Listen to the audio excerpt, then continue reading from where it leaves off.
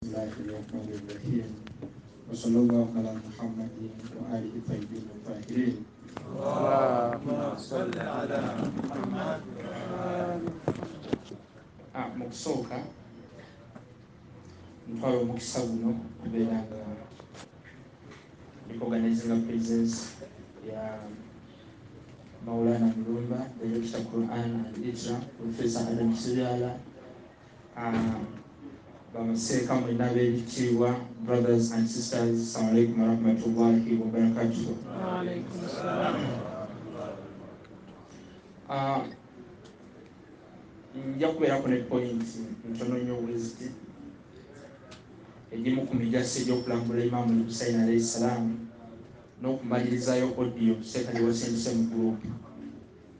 Oyo we yabadde ayogera mu seconds zabadde nga 15 eragadde okukiddabulayo nga nabadde bizenga inawenda. Yagambye nti Hussain we yagaana okuwa bai'a Yazd. Audio yabadde bwetyo. We yagaana okugondera ebiragiro byane bya Yazd. Owaye nga tuddamu ekyo, Imaamu I.Hussain alayhi salaam yalina okubeera nga agondera Yazd oba Yazd yalina okubeera nga agondera ani? Imaamu I.Hussain alayhi salaam. Ebisomesebwa bingi naye twagala nnyo ezo shubuka tubeere nga tukola ki? Tuziddamu, because mwena muzize okuyiga era muli basomesa b'abantu. Ekyo okukiddamu, Imaamu I.Hussain yalina okugondera Yazd oba Yazd yalina okugondera ani? Imaamu I.Hussain. Mu bufunze ennyo obw'ekitalo waliwo ekigambo ekiyitibwa imaamu, ekiyitibwa ani? Imaamu, omukulembeze. Kurani webanga ennyonnyola omukulembeze ekireeta mu miteeko esatu, ebika bisatu. Nsaba munfune bulungi kuba obudde butono, njagala summarize nga tugende gye tugenda, because kibuuzibwa era ne mbawulira ku radio bakiddingana. Imaamu I.Hussain yagaana okugondera ani? Yazd n'amutabe batwe basomesa. Imaamu I.Hussain yalina okugondera Yazd oba Yazd yalina okugondera ani? Imaamu I.Hussain alayhi salaam. Ekigambo imaamu obukulembeze oba omukulembeze, Katonda abanga akinnyonnyola mu Qur'ani akireeta mu miteeko esatu. Waliwo imaamu, Suratul Qasas aya 41 paka 42, egamba nti waja'alnahum a'immatan yad'una ila an-nar wa yawma al-qiyamati la yunsarun. Twabafuula abakulembeze imams abakowola abantu nga baddayo omuliro, era olunaku lw'enkomerero tebagenda kubeera nga bakola ki? Bataasibwa. Aya eddaka 42 Suratul Qasas. Era Katonda ebimu byabasuubiza, abasuubiza la'ana. Suratul Qasas aya 41. Omukulembeze buli wobeera mu kyafu ng'otta abantu, obeera omukulembeze akoowola abantu nga baddayo omulira, Katonda akukolima. Ekyo kika bw'ogenda kubeera nga oddamu kino ekibuuzo kyembuuziza, Yazd yalina okugondera Imaamu I.Hussain oba Hussain yalina okugondera ani? Yazd. Ekika ekyokubiri ekya imaamu kyekyo Suratu Yasin aya 12, inna nahnu nuhyi al-mauta wa naktubu ma qaddamu wa atharahum wa kulla shay'in ahsaynahu fi imamin mubin. Kaya Katonda kiweesezza nga ategeeza just clear ratings bye tukola biwandiikibwa ku fayiro zaffe. Olwekyo fayiro yaffe osobola kikozesa nga imaamu, there is no problem. Naye ekisembera nnyo kumpi n'amagezi gaffe kwe kubeera ng'osadde ne nkubuuza ani akusaazizza. Kurani weeri n'omuntu, era amagezi go wenziramu nti kitabo kyekinsaaziza ogenda kunsekerera. N'olwekyo amagezi agasinga imaamu gakitegeera nti ateekeddwa kubeera nga muntu. Omuntu oli omukyafu akoowola abantu nga baddayo omuliro gw'omuteeko gumu. Omuteeko ogwokubiri ogwokusatu ogwa imaamu, Suratul Bakara aya 24. Nabi Ibrahim alayhi salatu wassalaam waayita tesiti zonna nga bwe mwasoma, just tuli mu bufunze. Fa altamahunna, Katonda n'amutiikira rank ekyasembyeyo mu bunene obw'obugulu.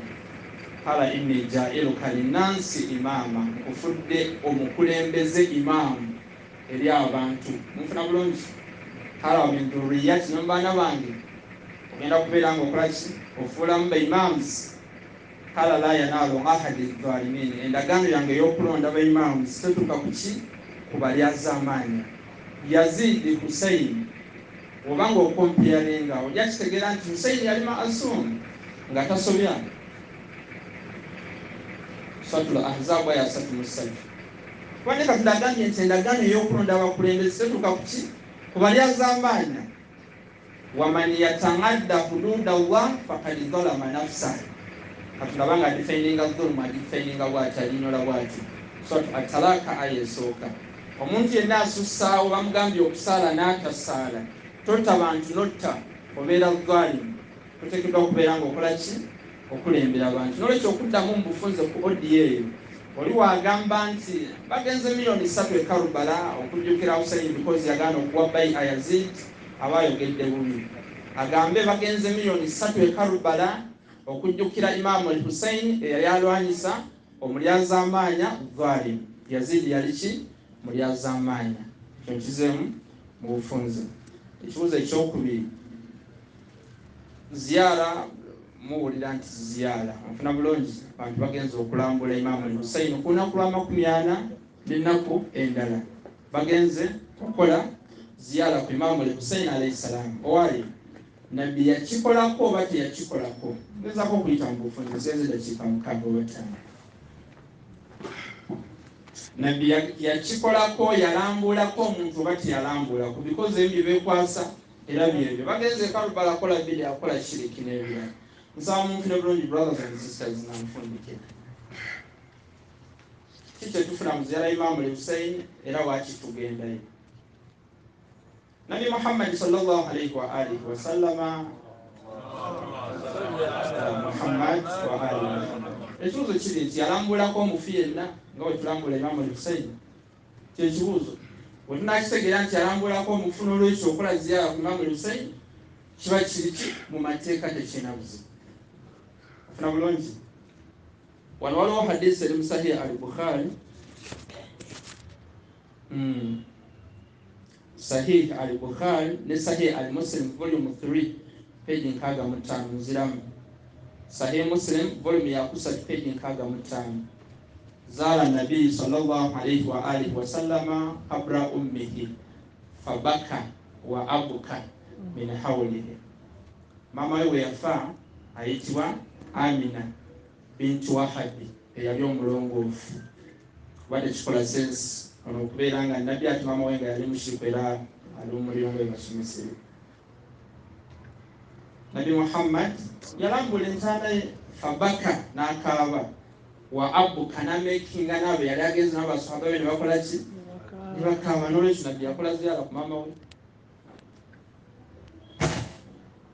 nabbi yakola ziyara ku ki okwagala maama wo oba abazadde bo kiri mashurutu kirina obukwakulizo ofuna bulungi oba kugamba nti genda mu kiki tokola ki togenda owasaina al insana biwalidayhi husna Surat Ankabut aya 7:8 wadde atunda tukakasa okubeera nga tubagondera abazadde mufuna bulungi nabbi yakola ziyara ku maama we ate nga maama we okumwagala si kyateeka ebbanga maama we lyambala nga tamugambye nti genda mu ki mu masabo mufuna bulungi yamulambula wadde ng'okwagala maama we kwaliko obukwakulizo yamukola ki ate zwakisambula Imam Hussain ate ng'okumwagala kiri wajibu kulla as'alukum alayka ajra illa al-mawaddata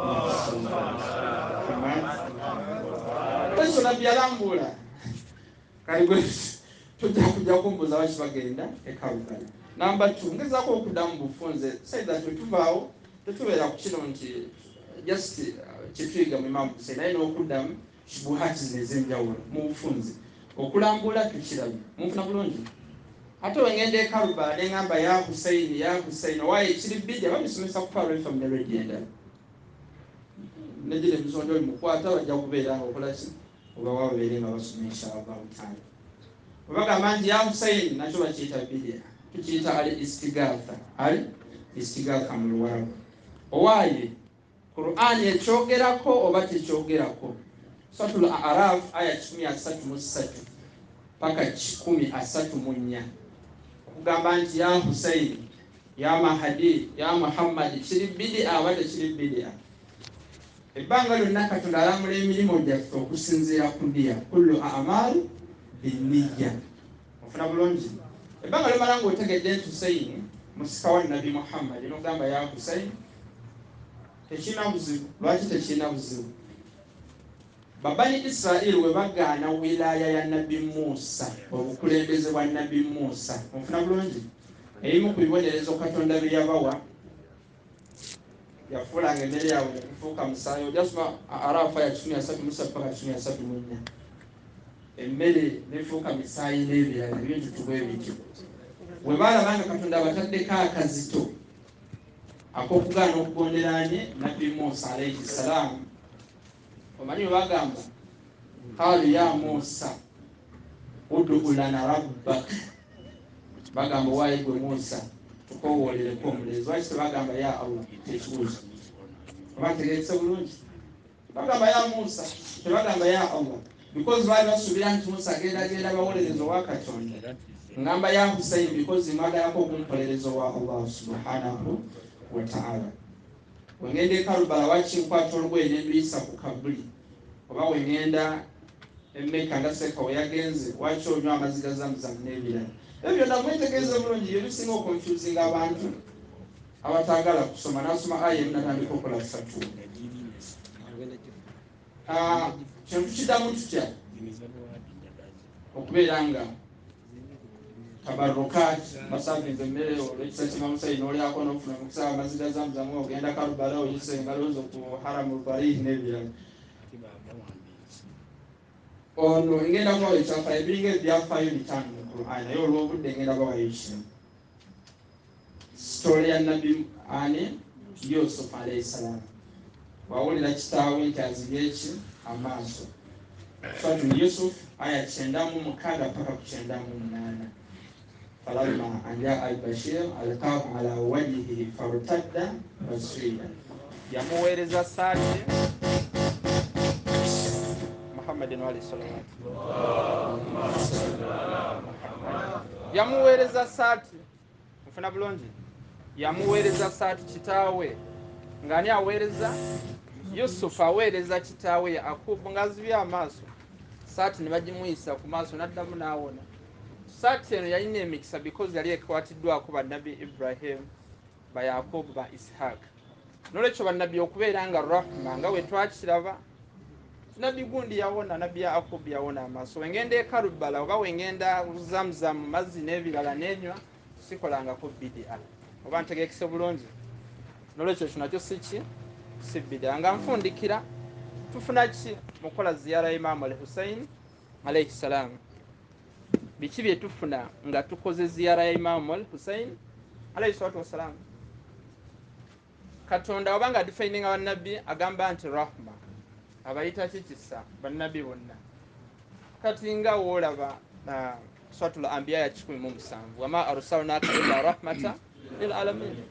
Atuma Nabi Muhammad okubeera nga kisa eri ebitonde, eri ensi. Kati ye Nabi Muhammad ne bannabi wabeera nga kisa, kiba kitegeeza nti n'abasika baabwe abadidde mu bigere nabo kiki kisa. N'olwekyo tugendayo okufuna ekisa.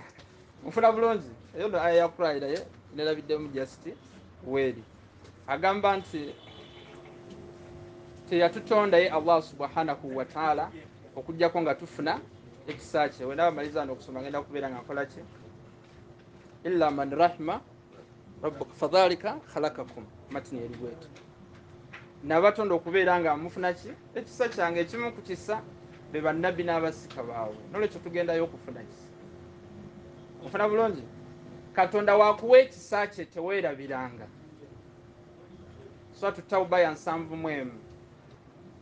Wabanga akuwadde ekisa kye kubagamba nti ulaika sayarhamuhumullah, abo bensaasire ofuna ki mu kisa kye? Buli kirungi gwe kyomanyi nti kirungi kyekisa kya Allah subhanahu wa ta'ala. Gwe buli kyomanyi nti kirungi sente, bakazi, baana, kutingiriza abalabe, each and everything kyekisa kya Allah subhanahu wa ta'ala. Imam Bakir mu bufunze hadisi esembayo nga tufundikira Bihal Anwar volume 10 Bihal Anwar volume 10 page 12 agamba nti murru shi'atana biziyarati qabri al-Hussain alayhi salam. We amutambula mugende ku kabri ya Imam al-Hussain alayhi salatu wassalam. Mufuna bulungi mubenga mugenda mumulambula fa inna ziyaratihi, because ziyara ye olwokuba ziyara ye eno gye mugenza okukola. Mufuna bulungi watugambye nti nabbi yakolako ziyara ku maama we, nolwekyo okola ziyara si bidia. Bwe mugenda ye Karbala ne mulambula Imam al-Hussain alayhi salam, Yazd fi rizqi, Katonda ayongera ki riziki zammwe. Azumaga Katonda atonda abazaasire mwedda.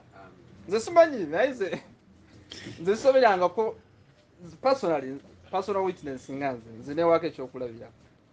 Sina dwaje nali nsobiddeko mu haramu Imam al-Hussain billahi okujja Katonda annyanukudde. Siwe wanirako saagala luya kuba temanya kye mugenda kumpa n'ebirala. Naye sina dwaje nali nsabiddeko mu haramu z'Abaimam okujja Katonda akola ki annyanukudde. N'olwekyo bino byonna twegayirire Katonda abeere ng'atuwa ziyara y'Ahlul Bayt alayhi salam. Ekyokubiri kyofuna mu zino ziyara z'abano wayamuddu fil umuri, Katonda obuwangazi bwakola ki abwongeza. Katonda ayongeza ki obuwangazi bwo. Ani atayagala buwangazi baganda bange b'ebitiibwa? Because mbagambye nti lwekisa Ahlul Bayt alayhi salatu wassalam wayadfa'u madafi as-su'i. Funa bulungi, Katonda akukingiriza plots z'abalabe zonna because of ziyara za Imam al-Hussain. Imam al-Hussain omusaba awulira tawulira kyekibuuzo. Omuwahabu asobola okikubuuza ekyo. Omusalafu omuwahabu asobola okukola ki okikubuuza ogwosaba yafa dda biki owaye teyafa. Wala tahsabanna alladhina qutilu fi sabilillahi amwata. Suratul Imran ya 19 paka 17. Temulowooza nti abafidde mu kkubo lya Allah bafudde, bawulira buli kimu. N'olwekyo mu bufunze tugambye ziyara nabbi yasooka okukola ki okugikola ng'alambuula ani maama we. Tulabye hadisi eri mu Sahih Muslim. Ekyokubiri ne tugamba nti ono wagamba nti Imam al-Hussain yattibwa because yagaana okuwa bai'a Yazid aba ayogedde bubi, yeyambise Qur'ani ng'ayogera ebigambo bwe bityo. Tutunuulidde Imaamu tulina emiteeko esatu. Waliyo Imaamu nga kitabo Suratu Yasin aya 12, inna nahnu nuhyi al-mauta wa naktubu ma qaddamu wa atharahum wa kulla shay'in ahsaynahu fi imamin mubin. Wawandiika ebirungi n'ebibi tulogiteeka. Eno gamba nti amagezi Katonda ge yakuwa okubeera ng'ofumiitiriza. Bwe nkubuuza ani yakusaaziza tosobola agamba nti kitabo kyekyansaazizza. N'olwekyo amagezi agasinga gasembera ku muntu nti yateekeddwa okubeera nga ki imaamu. Netugamba imaamu abo wabeera nga muntu tulina emiteeko ebiri. Imaamu nga mukyafu agamba abantu nti munywa omwenge nga Yazid. Ofuna bulungi waja'alnakum a'immatan yad'una ila an-nar wa yawma al-qiyamati la yunsarun. Aya mu bikwati Suratul Qasas aya 4. Twabafula b'imaamu bakowola abantu okuddawa y'omuliro. Mufuna bulungi. Imaamu omulala abeera maasumi, Katonda gwakugamba nti goberera, nga n'okumwagala teweesalirawo. Ateekeddwa okubeera nga mukume nga Imaamu al-Hussain wabeera ne b'imaamu 12 abava mu njira Nabi Muhammad sallallahu alayhi wa alihi wa sallama. Emigaso gye tufuna mu kulambula Imaamu al-Hussain kwongeza riziki, bulamu n'okutukingiriza bala. Nsaba Allah subhanahu wa ta'ala atugase ne ilmu ene tumenye twegasiza naye abeere nga atugatta ne Imaamu al-Hussain, abeesinge ku ziyara Imaamu al-Hussain buli mwaka abantu gye beeyongeramu numbers, abeere nga atuleetera Imaamu Muhammad al-Mahdi ajalallahu ta'ala faraja. Alina ekibuuzo ku WhatsApp +98 9365 700 755 oba Facebook Kaka Faziri, YouTube Kaka Faziri Lectures 13